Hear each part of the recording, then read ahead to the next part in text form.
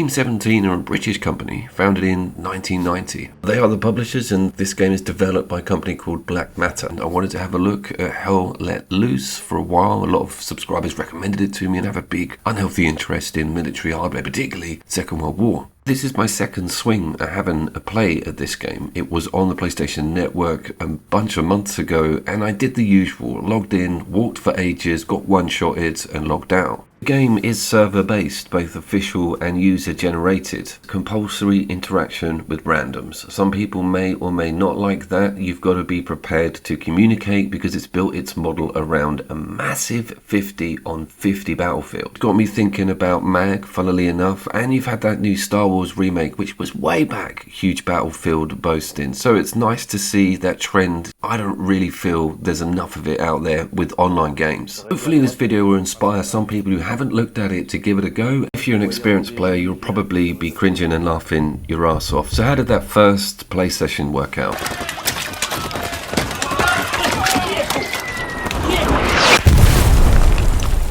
La E, la I, redescendez en...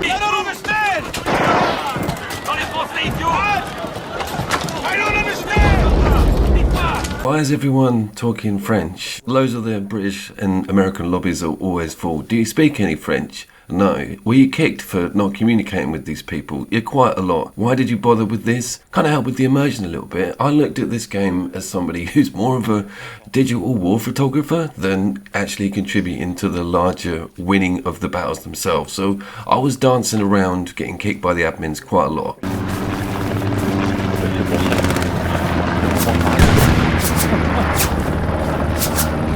Y'a pas moyen de mettre un AP là déjà? Bah non, y'a que le SL qui peut. Bien sûrement. So the first thing I want to point out is what a great job they've done with the visuals. It was on the PlayStation 5 the last time I looked at this. This is over on PC, but this is not ultra settings by any stretch. It's a very realistic looking game on a physics front. One of the jaw droppers is the smoke and explosion effects, and also the surround sound on bullets whistling over. It's pretty immersive. It's one of the more immersive first person military shooters I've played in quite a while.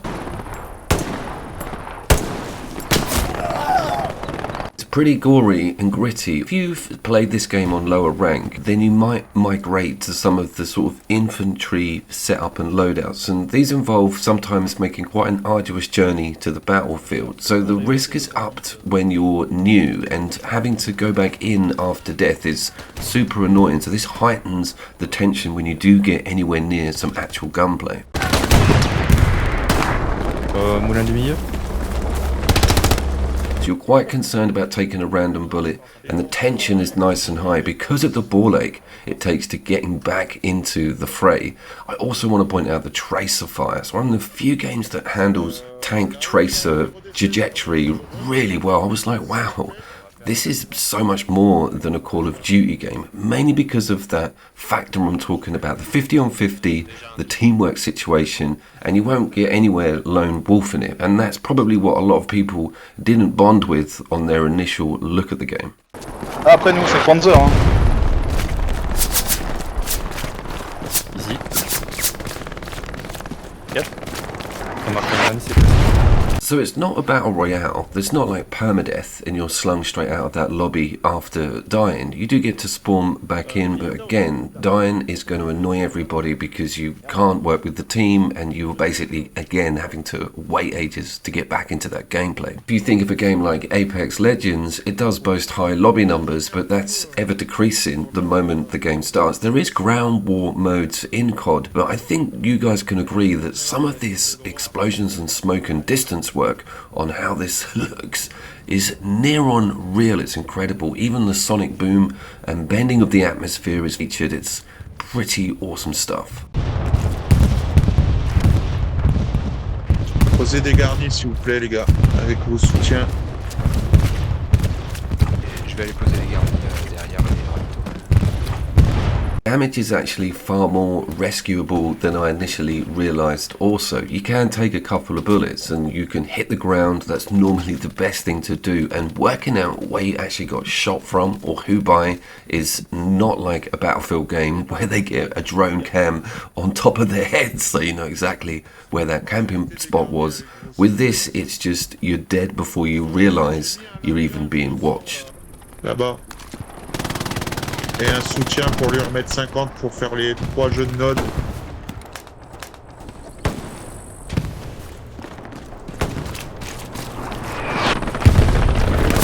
And that again piles on to the tension, which increases the excitement when you are up against it or when you're approaching a battle situation. You cannot directly ping an enemy, you can only give a direction and an idea of the yard of where they're actually situated. And there's also a delay on that. That individual may have moved from that spot. So knowing what to look for on a pixel level also with distance movement is quite difficult. The default start weaponry isn't that user friendly either, but you soon start getting your head around things. Feel the gun. Caress the gun. Got about 6.01 seconds to bask in the glory of that kill and was shot from someone whose location was unbeknownst to me. So that is the kind of moral of the story. Getting in fights or one-on-ones normally result in you giving your location away to a larger team. Now let's talk about the hardware. Let's talk about the tanks, because I'm totally fascinated with them. I'm pretty sure World of Tanks is the only other video game out there currently that shows off these badass machines in their full glory. Oh, t'inquiète.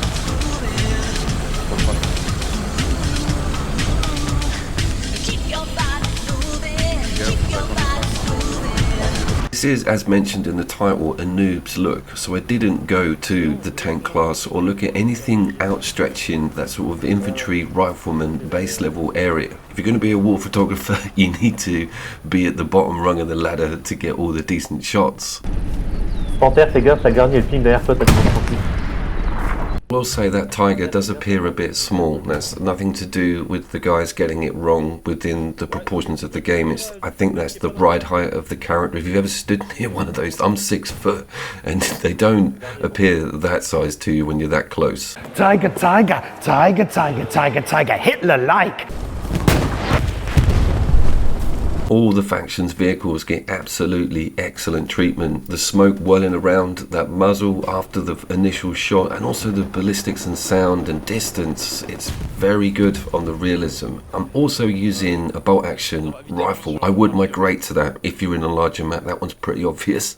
And that explosion included incendiary fire. There's so much variety with what's going on with the ordnance in this game.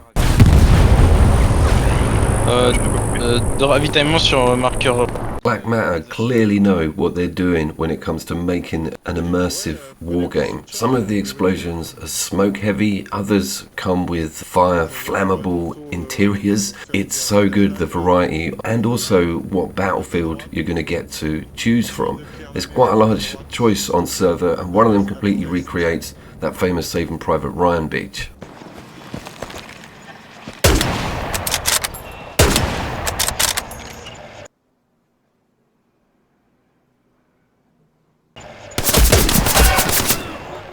Everything is technically iron-sighted as well. There is telescopic additions, but you have to develop a weapon through kills. The attachments are not groundbreaking. Everybody is kind of singing off the same song sheet when it comes to looking down those sights, so it's pretty cool. There's no laser-guided tagging from 50 meters in the air drone business going on.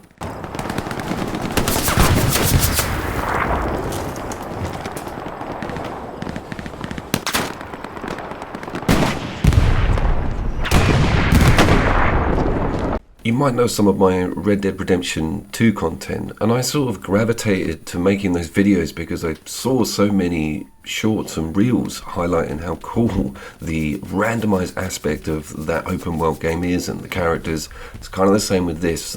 No situation repeats itself, and you will see some cinematic style awesomeness in the middle of some random game on a Tuesday afternoon. As a noob, did I enjoy myself? Is this something I'm going to stick with? Am I going to keep it on the hard drive? 100%. And yes to all of the aforementioned. You need a team, you need a bunch of you. It would be awesome to be able to just permanently stick together. I love the idea of switching out the radio chats as well, and I want to hang around and rank up and see what perks I get access to when it comes to dropping into battle or even having my own team to command. They told me that you had gone totally insane.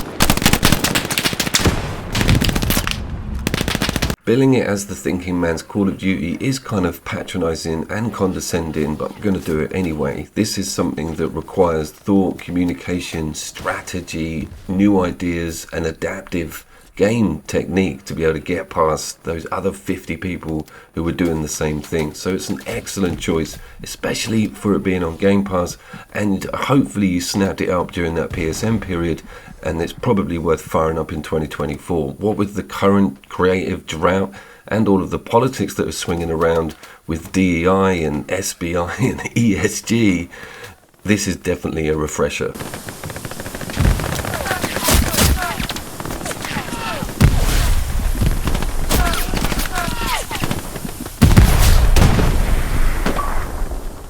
The next video is going to be The Saboteur. I've had so much fun revisiting that pandemic classic.